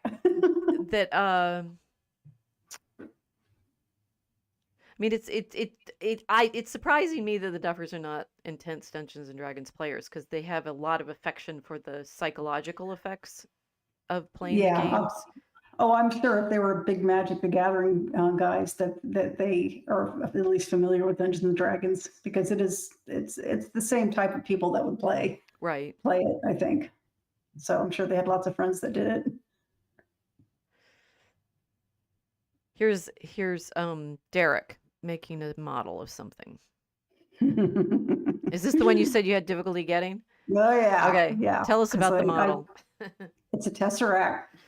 So Derek is in the classroom and he's building a Tesseract. And when the camera pans out from behind him, you see Mr. What's It in the classroom looking at him, and Derek looks at him like who are you? So he's identified another child that he wants to collect. I thought Derek was looking at him. It's like, oh, there you are. Not. It seemed to me that he knew him before. Yeah, that he already knew him, right? But like the other children, he's very creative and he's very different. And he's different in a funny way, because he's just kind of a jerk. But he's a big bully. But there's something going on. Obviously, there's some kind of trauma going on. I mean, Holly's trauma is that she's constantly terrified because her parents are fighting all the time, and she's seen crying when her parents are fighting, right before the Demogorgon comes and tries to take her. And obviously, Will came from a broken home. Father was kind of mean to him, it sounds like. And his mother's overworked and tired, so he's got that kind of trauma going on. Don't know what Derek's trauma is, but he's a mean little kid. But like Will and like Holly, he's very smart. He's smart and he's very creative. And this might be Vecna's fatal error in thinking I need children because they're easily broken, but he keeps picking really smart ones. That might defeat him. So if you look at this Tesseract he's making, and then Holly is reading A Wrinkle in Time, and she's a cleric who can. Oh, right, I forgot to mention they can actually open portals Oh, too, I think. oh, that's useful. So yeah, so this is I think going to be useful soon. I think they're going to incorporate that. That's why it's there. Well, it's But yeah, I had to do a screenshot. I had to go to my Netflix account, play this, and I couldn't screenshot it because it kept going black. I'm like, sneaky SOB. yes, no, you So can't I actually take took it. you can't take screenshots off of Netflix. I've tried before. No, I went into a dark room and took a picture with my phone. There you go. You made it. You created it so that we can. Getting it in there. This being a problem that we don't have as many stills available for these episodes yet because they're not out there yet on the Not- internet. Right. Here's Henry looking deeply, deeply, deeply creepy. I mean, and I mean the whole. Yeah. What's been fun about one, I'm watching all of these cast interviews that are now being dropped because they can talk about, well, they've clearly pre-recorded them and they can drop them now because the episodes are out. And one, the actors are clearly people who are given lines to say, so they may or may not be terrifically articulate on their own. However, it does mean that if you see them as their ordinary selves and then understand what it takes to create the characters that they are showing us on camera, and some of them were talking about how what's this guy's name? Campbell. Jamie Campbell Bower. This guy Bauer. is intense. He is super, and they were about his craft. talking about how intense he is when he becomes Vecna, and just like boom, right, and that you are suddenly so convinced that he is as evil as he is, and you can see. I think he scared Millie Bobby Brown. He had to give her a hug. He had to give her a hug because she was really upset when she saw him for the first time. Oh man, in his Vecna outfit, or I was like, was he still dressed like Vecna? Oh my gosh, no, I hope not. But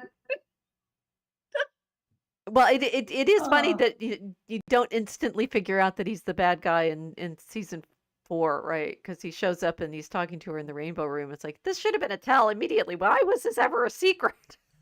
yeah, he's impressive to watch. I mean, yeah, Henry Creel is evil, but I mean, Jamie, the actor, it's a weird thing to say, but it's an absolute joy to watch him work. You know, yeah, evil it is. He does it so well. Well, everybody lists Alan Rickman being the bad guy. Snape is a sort of bad guy, but that Rickman is the diehard Hans Gruber. He'll always be Hans Gruber. Brilliant, absolutely exquisite. Yes. I think these guys, they love playing villains. Well, I think everybody does. At least I've always heard that, you know, because it's more fun to try to be bad, I guess.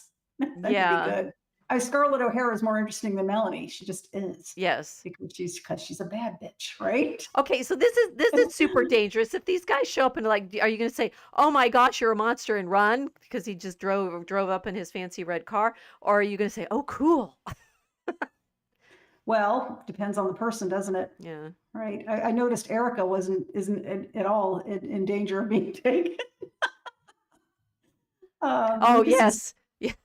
She's hilarious. That actress is really good. She's hilarious. So her opening appearance in this is when Mr. Clark is explaining the black holes, and she's sitting there, the only one in front row with her hand up. He's trying desperately to hope that somebody else is going to put their hand up. How dare you interrupt my favorite class? But her motivation is like, show your friend you've had a falling out with. Well, if you do this, she's going to hate you even more. She says, well, brilliant. Yes. Okay, Okay, so Erica is not in danger of being captured by Henry, but the other kids she's not are. Easily broken. Nobody would mistake her for being somebody easily broken. But I mean, we're laughing about it, but there is something to say about creeps who try to snatch children. They do look for weak ones. They do look for ones who are damaged and who can be manipulated with kindness or attention that they're not getting. Right. and she comes from the most like stable household. We only saw a glimpse of her parents twice, and once at home, and they looked like your, you know, stereotypical, happy, very well adjusted, normal American family. Right. So she comes from a normal family. She's not at risk. The kids who are at risk were especially ones from broken families, and it's really significant that Will was from a broken home, and it looked like a broken home. The people were not individually unhappy or abusive in any way, but everybody was exhausted. Like the Right. mom was exhausted, the kids were exhausted. I think that was significant. That was a good artistic choice. But yeah, you look at Henry Krill right here. I'm looking, it's got his picture up, looking at Mr. What's It, and it's like, oh, so creepy, so very creepy. This is delightfully proving over and over again that the Duffers, whether they mean to be or not, are showing us virtue. And Oh, I think it's purposeful. I certainly hope so. I want them to be good I guys. mean, it's too consistent over that they can't. That's not an accident. Right, that the horror comes out of the situations where we're all saying, like the divorced families, the broken families, Yeah. right. That's where the horror lies, not in the. I Mhm. mean, in what Erica and Lucas's parents. There's the one scene we saw where dad's making a joke about, your mother is always right. Of course she is, or Yeah. something. That Right. they have that kind of, you know, a comfortable relationship that means the kids are protected. Right. Right. And the kids can be themselves, and they can grow up. They can grow up with security, feeling secure. Here's a description of what a tesseract is, just in case you guys were still lost. Yeah. The time travel in So the book is produced by an object called the tesseract. In the book, the tesseract is a fifth-dimensional phenomenon explained as being similar to the folding the fabric of space and time, hence wrinkling time. which their teacher explained to them in the first season. With the plate, when he folds the Right. plate. So Paper the plate, upside down yeah. has always been, to a certain extent, tesseract-like, which Mhm. those of us who'd read Wrinkle in Time remember, because there's the image of the ant walking across. They have in Wrinkle in Time, there's an ant walking along a thread, and you fold it, Mm. and he did it Right. with the ant walking along the side. So it clearly was referencing the Wrinkle in Time from the beginning. Mhm. It's saying a tesseract is a real mathematical concept and shape, a cube within a cube connected by spokes. I don't remember that they ever showed the tesseract shape thing in the book. Is it in there and I forgot it? I don't remember. I can go look. I think I still have a copy in the house. So I remember I the don't remember, ant. but it I must be remember the because I ant looked really at it well. because I looked at Derek and I went, that's a tesseract. As we're watching it, I said, he's built a tesseract. And Yeah. when you were talking about the dad made one, I didn't remember that either. So clearly I was missing bits. I was focused on the Oh, it no, and right. the periodic tables and the other stuff. Yeah, that's what would gave him the ability to travel. That he To made travel one through of these space. cube things. Yes. Well, he made a tesseract, and I'm going to go find the book when we're done here because, well, maybe tomorrow it's going to leave. But I have to see if there was a drawing in it. I don't remember, but there must have been because I looked at it and said, "Oh, tesseract." So somebody must have drawn it, from the idea from the book at some point, and it looked like that. Mm. Maybe somebody else did it. Maybe it wasn't in the book, but like you say, the book's been out for a very long time, and they're very popular still. And apparently it took Langle a good deal of pitching it before Farrar picked it up. So classic Like the story yet Duffer again. Brothers. Yeah. Okay. Here we go. Okay. Holly and her mom. Yeah, this is Karen turns into Tiger Mom. I thought she was awesome. I loved it. I loved it. I mean, she got the would've done scenes with same Billy. thing. She got the scenes with Billy in 3, right? And this is her moment. Yeah. Yeah, this is her moment right here. And they did have a kind of nice nod to Poltergeist there when she's hiding her in the tub. Mm. Because when in Poltergeist, when Jo Beth Williams is pulled out. She's grabbed her daughter and she's pulled out, and then she lands in a tub. Okay. Right. So I just thought that kind of reminded me of that she was protecting her from this monstrous other world that they were trying to keep her in and drag her in, and they dragged her out of it, and she was holding on to her, and they landed in a tub. And I thought that must have been maybe just influenced by it. But it's also scary because you're underwater trying to hold your breath. You're thinking, how long is he going to be here? They're gonna be gasping for air soon. Right. So it heightened it heightened the terror, the anxiety a lot watching that. So now That was we all good go tension. test the time that they spent underwater and see whether it's realistic. Yeah, yeah. Well, they were about to lose it too because the bubbles are coming out. And you're like, oh no, no, no, Yeah. no. And then by that time the dad comes in, but it didn't matter. But yeah, she gave it a good try. Yeah, Okay, here's another mom with the axe. Here's Joyce with an yeah, axe. protecting the kids, hers and others. There's Derek behind her in the hayloft. Right. Yeah, And the other kids. right. And There's she a thinks lot of protecting the kids in this a season. lot, Like a lot, actively, and it's like you finally got around to protecting the kids. but now the adult and the kid, Will, the teenager, she doesn't Right. know it. He's doing it too, because he's controlling the Demogorgon and making it back up. So Joyce thinks she's scared him off Which she has, with the axe, yes. but she has not. Right. It's because But Will sees her through the right, Demogorgon and prevents the Demogorgon from doing anything. right. But he wasn't entirely sure that he was doing it either. But he wasn't sure yet. I think he figures it out over the next couple of hours.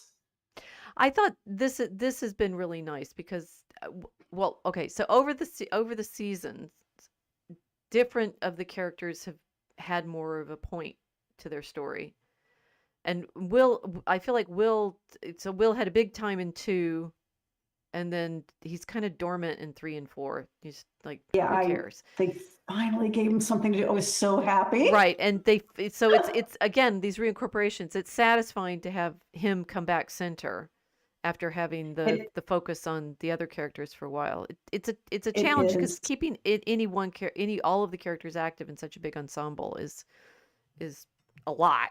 Right. And the way they explain it by having him finally tell his mom to back off. Yeah. I'm not a little kid anymore, but he's telling himself this too. It's also another reincorporation because when he was small in season 2, Bob tried to help him. He said, I used to have nightmares too, and I stood up to the monster in my dream and I told him, go away and leave me alone. Right. So he tried it when he was little and it didn't work because he wasn't strong enough. Right. And until his friends tell him, well, especially Robin's like, you got a big antenna in your head, use it. And he's like, you know what, you're right. So he's not a little kid anymore, so he understands what's happened to him, but he also understands how he can, in this scene right here when he's standing behind Joyce, how he can actually use this to their advantage, because he's figuring it out really quickly that he can actually help now. He doesn't have to be helpless anymore, and that just did tremendous things for his confidence. Right. And that's how he was able to stand up to them. I do find so people are warmed by her conversation with him, and I do find it a little like, oh, just be who you are kind of thing. It was a little the message. Yeah, the Critical Drinker always talks about the message. message. Right? Yeah, that in that moment I was, oh no, because it's like, oh, just don't go over. It's okay if they have a little conversation about that because she notices it, and that just makes sense for their friendship. But it was almost like, oh, don't make this a now he's a super gay thing. Come on, exactly. This is don't. I mean, and luckily I don't think it achieved that, but it was really skirting it. It's like maybe they could have shortened the conversation a little bit. Well, some people are tied it so closely in time to him using his new powers. Both wanting it to be and worried that it is in that speech. But going back to The Wrinkle in Time, the thing I was impressed by is that Meg's able to use something that she's trained for. Her dad used to drill her on the periodic tables, and so when they have to stand up against the mind flayer, effectively, of she has something that she's practiced and trained for. I love that, right? I train for things. So that, I mean, being able to fence as well as I did last week, has taken a lot of training. And you could say, "Oh, I've Right. just found myself as a fencer, and so I'm now able to use it." But it's not available just because you have a pep talk. Sorry, right there. Right. And so that the switch turns on for him after Robin gives him some encouragement. Okay, fine, Hmm. but right, it feels like he's got it in himself because he's been doing other things too. He's like the drawings and the training of himself as an Right. artist or something like that would be where I would want to go. Or just trying to live and be sane after what happened to him is an incredible struggle in itself. Right. And he's overcome that, and he is a lot stronger than he thinks he is. And I think that's the message he took away from Robin's pep talk. I think that's what it was supposed to be. Because she said, "Well, the answers are all inside of me." I'm like, that was a little bit hokey. I think I would rewrite that speech. Yeah, I know. I I don't was need I him, was but I not would wild rewrite about it. that speech because it No, it is a wasn't turning great. point for him, and then we're like, oh golly, not Right. again. Right. No, this isn't right. Yeah, yeah, dude's got a lot going on, not least of which is, he's in love with his best friend. But yeah, the pep talk speech about, you're stronger than you think you are. It should have been more about that. I think that would have made more sense. About what? About Will being stronger than you think you are, Mm, because it was right after that speech where he just started discovering, like, maybe these aren't nightmares. Maybe I am actually seeing what they see. right. Right? He starts to figure things out because he's been given a boost of confidence by his friends. Okay. Gnarly Bird is looking. No drawings. Copyright 1962 is Wrinkle in Time. There are Okay. pictures. Chapter 5 is titled Tesseract, but it's just a cube and the ant on the string. Right. I remember the ant on the Uh, string. That's the one thing I remember. And so it's that's clearly referenced when Mr. Clark is making the plate and showing them the upside down so I is the so, ant walking yeah. along the side of the string. So it was fan fiction, fan art after the fact, probably, with Yeah. the cube inside the cube. Yeah. Okay, here we have Mike protecting the kids. Yes. That was a good scene too. Yeah, they were helping them escape the lockdowns through the tunnels, like the Great Escape, and they were playing the Great Escape music too during that, which is kind of fun. Oh, well, this If is you've when never they're seen that. walking across the square where the battle's going on. They're not in the Yes. tunnels at that point. No, no, no, no. They didn't make it to the Right. tunnels, right? Because they got captured. They got captured by the soldiers. I am finding okay, so there's the degree of danger that any of this is that I like that Mike is trying to protect him. He's saying, Stay behind me, stay behind me." It's like, why would being behind you help against the Demogorgons? They bounce around Well, it's everywhere just and they right, but it's the same bite thing. they It's the bite same thing when soldiers' you're heads off. But apparently the Demogorgons only aim at soldiers. So it's well, no, like, they were taking out the people who were shooting at them first, but it's the same instinct when you short break and you go like this, like as if your arm is going to stop yes, somebody from yes. going through a windshield.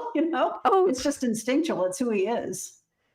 or crossing streets. I've done that too. Stop. It's touching and sweet, and it would be totally ineffective in the situation that they're in. But never mind. Right, Okay, and was. here's Yeah, Derek with his GI Joe lunchbox it's and delightful, Derek. looking at a GI Joe who's in Yeah, camouflage. Okay, that's who's funny. mean and is yelling at him, and I put this in here because these people were supposedly protecting the children by Mm. locking them up, but they weren't. They were using them as bait. They were I'm using them missing for another purpose.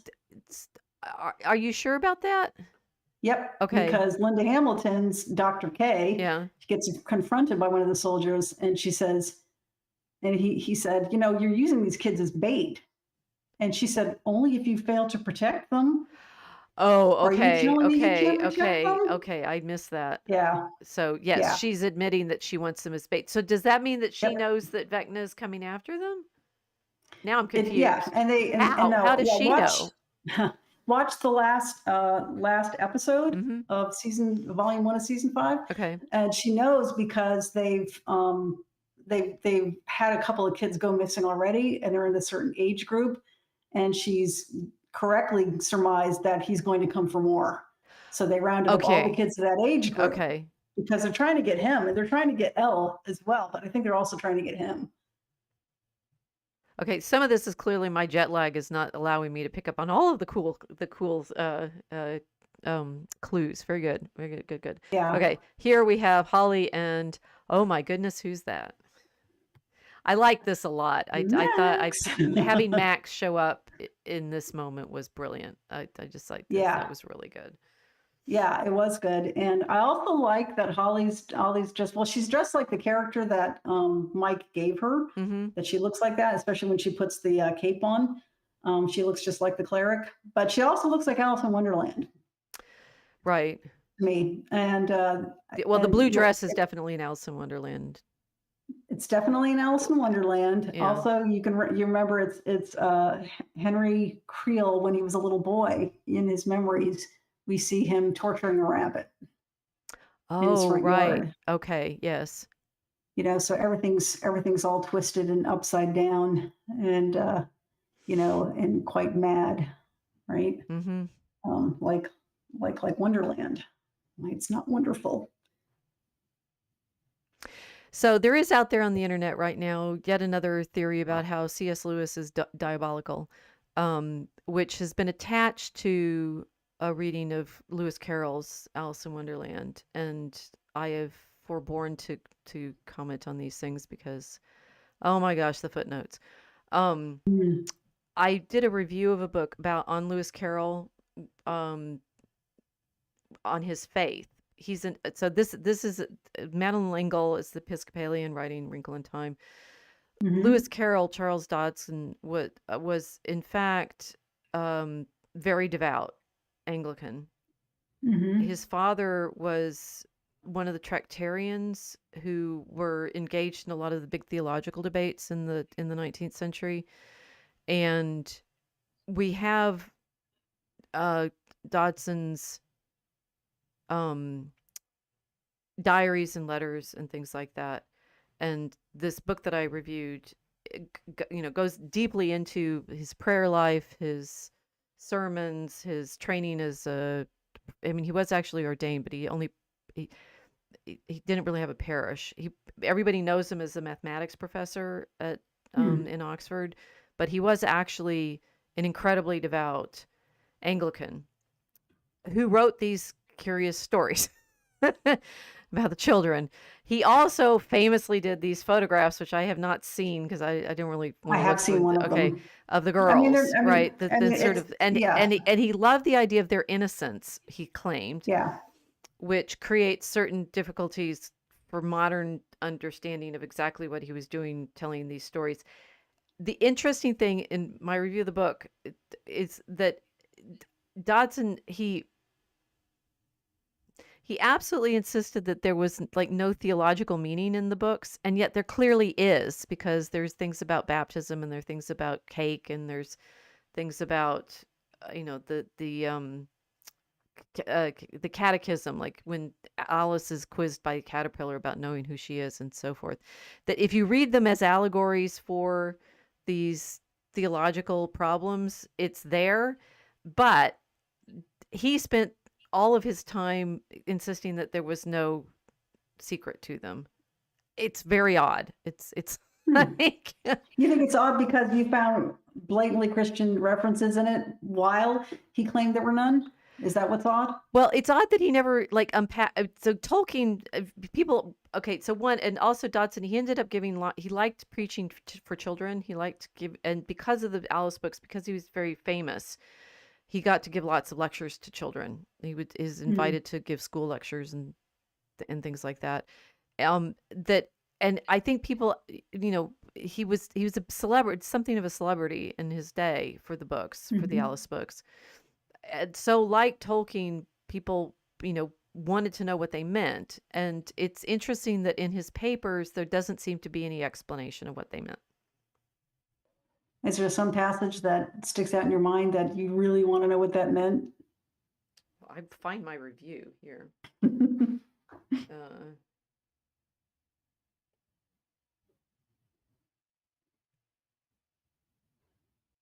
and I find it'll be whether I can find my own. I didn't realize we were going to go here. Hold this thought. Keep talking. Sure. Well, Uh, oh, phooey. Now, the photographs he took were of his neighbor, little Alice, and I think that the name Alice in Wonderland came from her. And he took a photograph of her dressed as like an urchin, he called it, which meant she was wearing kind of poor clothes, I guess, but it looked more like a loose T-shirt, which would be a very strange thing for a little girl to be wearing for a photograph. Mhm. And that's where I think people get very kind of weirded out by that. Like, what did he mean by this? You know, and honestly, I have the same question. What did you mean by taking a picture of her like this? This is Right. very immodest for the time. It wasn't sexual, obviously. She was a little girl, and it was just a picture of her sitting there, you know, looking into the camera. But she's wearing this very loose, what we would call a t-shirt today, like with no shoulders and no sleeves. And it was, if I'm remembering it correctly, it was just very strange. Um, so I'm wondering what passages you thought were strange that might be related to that photograph. Well, and I'm failing to find my. And people are very hypersensitive to this kind of thing today, and that's one of the things that's captured very well in this whole series of Stranger Things is, you know, the kidnapping and abuse of children. Right. So it's okay. The book that I reviewed was by Charles Lovett. It's called Lewis Carroll Formed by Faith.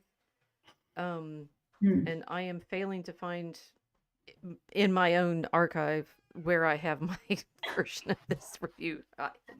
It was in. Well, It after came out in jumping Journal of ahead, Religion a few years ago.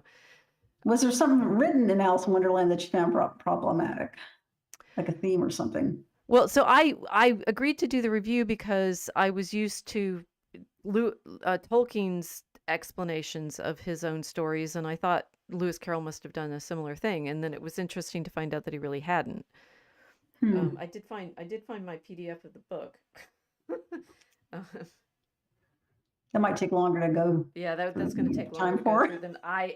Well, now you're stuck with me being curious about. Curiouser and curiouser. Curious. Well, right, and there were good things that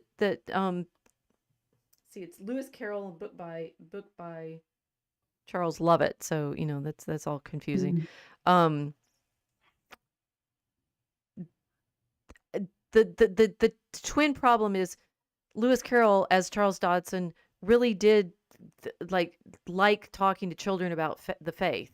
So it's interesting Yes. that the Alice books that he wrote for children didn't seem to have more about Christianity in them, if that in fact is what he really enjoyed. And he said he took the photographs because he loved the idea that they were just innocent, that children were touched by innocence. Talking about, But you could be innocent and still be fully clothed. well, exactly, this being Yeah. the strangeness. And That I'd is say with very odd. Engel's book, you know, it seems it's a challenge for people dealing with these problems for children, because you want them to be innocent, you want to take care of them, you want to protect them, and yet you have these situations where you're trying to say these are the sorts of dangers that they get caught in. The stuff that's Yeah. out there right now saying that uh the Narnia books are grooming too, right? What? Yes. What? This is a theme. This is a talk about the repeating feet and the rearranging the furniture. If you write story, you know, caveat for writers of young adult fiction, right? If you write stories about coming of age, you're in terrible territory, because you It's like the satanic panic all over again. I don't know. somewhat, yes. But we can say Yeah. that there are people definitely out there like Henry Creel who do want to seduce them, and, you know, got Yeah. both Max and Holly now trapped in his memories. Right. The fear is not based on nothing Right. at all. It's real. But that doesn't mean it's everywhere. You still need to be able to, make distinctions.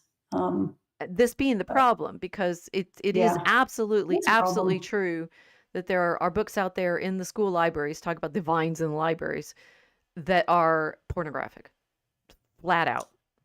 Yes. Yeah, they are. Yeah. Parents have been kicked out of school meetings for reading books that got out of the children's libraries. Yeah. Yeah, these people that allow it and kick the parents out should lose their jobs yesterday. Because if you can't protect children from sewage, then you don't belong in that job. And if you are kicking them out for saying you're reading from a book that's supposedly grotesque, then you do know that it's a bad book to have around children and you still want them to have it. Yeah. You should lose your job yesterday. There needs to be some moral clarity here when children are involved. This is also why I have no problem at all with this story. This story that Duffer Brothers have written is not for kids. It's got kids in it, but it's not for kids. Mm. And I think they've done a very good job of not being exploitative in the way they're presenting this story. But the danger is real, and the message is really obvious if you're paying attention what this is about. I mean, yeah, he's a monster and he's kidnapping children. Yeah. The people at Hawkins Laboratory, they were monsters. They were monsters who kidnapped children, and use them for experiments. If you use from any reason, you're a monster. Well, so the audience is the adults who wish they had people to defend them. Yes, it is. Right. And it's also the adults that, need to be reminded maybe that they need to be protecting kids. Right. Like the parents of like the Wheelers. They had to be shocked into reality. Yeah. Okay. Here he is, Henry, not able to go into the place where Max has been hiding. This was brilliant. Yeah. This is absolutely brilliant. Henry Creel is a monster because Henry Creel was abused when he was a kid. He cannot go into that memory. It's the one place Max can hide from him without him killing her, because he physically cannot do it. He cannot walk through that corridor. He's terrified. And the terror is real. It's going to be interesting how they develop this. Oh yeah. Yeah, that was absolutely brilliant. Because this is given as a like, it's simply the situation and no explanation yet. Yeah. Yeah. Although, I mean, they do talk about how it's. Wait, how do I know this? That it's when he first goes into the upside down place, or the.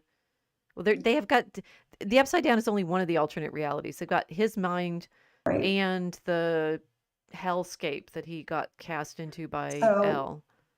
if you and there's a video out there explaining it, because there was a play on Broadway and I think they did in the West End too, called The First Shadow. Okay. And that's where they explain this, and it relates to the scene here, that before Henry's parents moved to Hawkins, the reason they moved there from Nevada was because Henry started getting into trouble at school, because Henry was damaged because he disappeared for 12 hours. Ah, okay. Right. And when he came back, when he disappeared, this gets very complicated, but find the video, it's worth it. When he first disappeared, it was into a cave where a man who had been part of, I think, what was the Philadelphia experiment, although they don't call it that, had absconded with some of the equipment. And when Henry went into the cave, he went into what they call Dimension X, which is the hellscape that you see. That when he said, "Yeah, I can control this world," and then he found the shadow monster was there, right? So Henry is a monster, but he's not the monster. He's not the big boss. Henry was basically possessed by this thing. When he came out, he was changed. His blood was changed. And that's when Dr. Brenner got involved, because Dr. Brenner was the son of one of the men who was in the experiment. and he survived, and all his fellow soldiers or sailors, whatever they were, died. And so he wanted to find out what he wanted to continue with the experiment.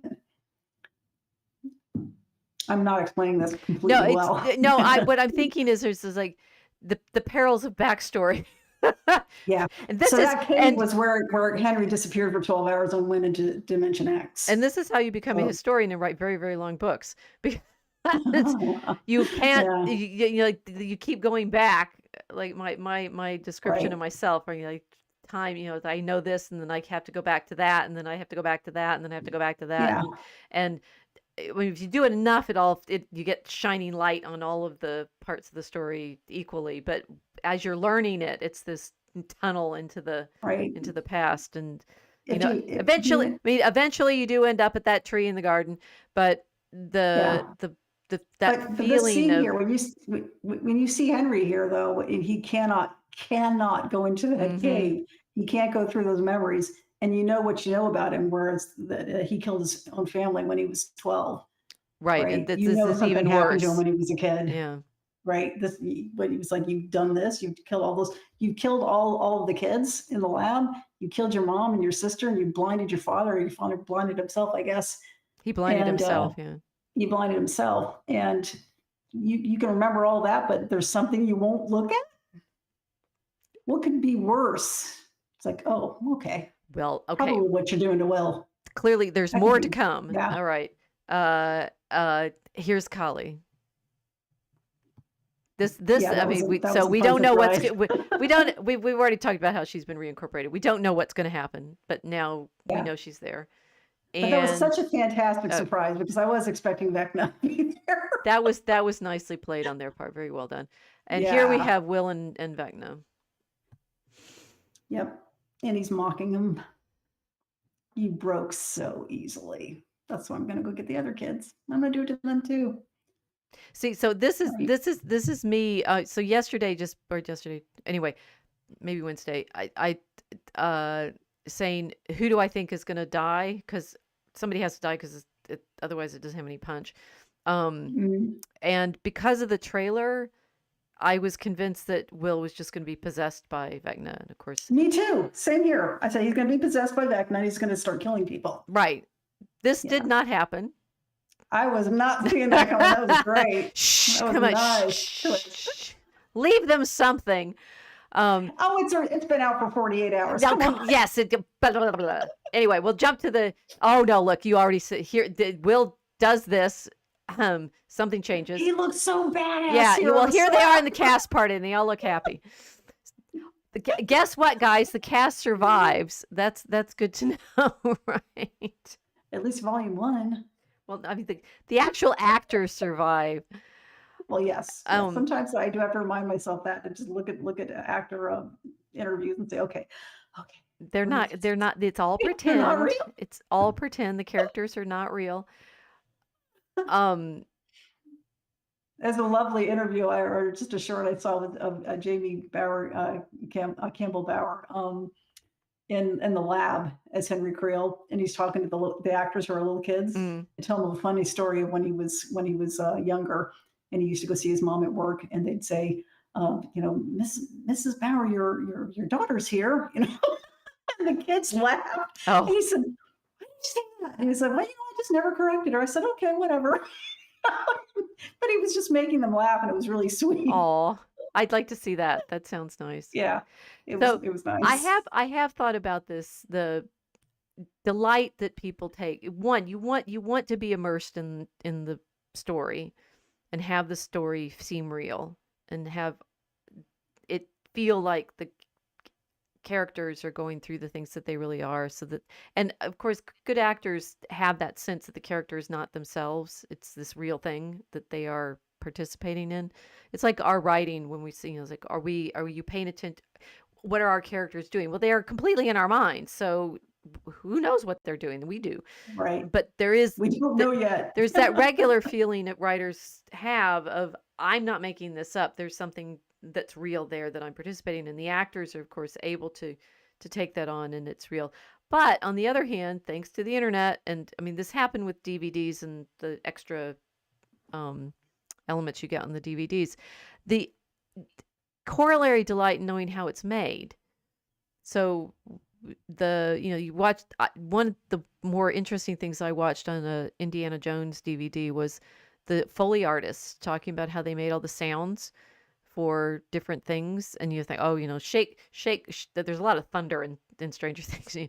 Is it shaking pieces of metal, right? And it's a thunder sound, or not. I mean, the Foley art, the art of the Foley, the sound effects is enormous, but the reason you believe most of what's going on in any of these things is you've got the music, you've got the sound effects, you've got the music, the sound effects, which of course these actors, when they're making it, have none of. They don't have those soundtracks playing for them in the background when they're filming the scenes. Yeah, it's impressive. It's super impressive. I mean, absolutely all kudos to this ensemble. They have done amazing work. And to then feel like I think it's honoring them to want to know what's going on in the craft that it takes them to create these things, because the thing they create, Vecna in his monstrousness, is absolutely real. Even if you've seen, I can't remember his name. Why do they all have 3-part names that are so hard to remember? Rachel Fulton Brown. That's easy. I know Rachel Fulton Brown. That's it rhymes. It flows off the tongue. Jamie Campbell Bower's just hard to remember. Millie Bobby Brown took me weeks to memorize. That you can see him joking with those kids, and then still see the scenes where they're the kids in the lab that he's tormenting, and it's equally real. It's Fiction is a fascinating ability that we have to participate in this. Like Tolkien would say, it's not allegory, it's something better than allegory. It's that thing that helps you see the reality through the story. Good job, right. Duffers. Yes, very good job. Yeah.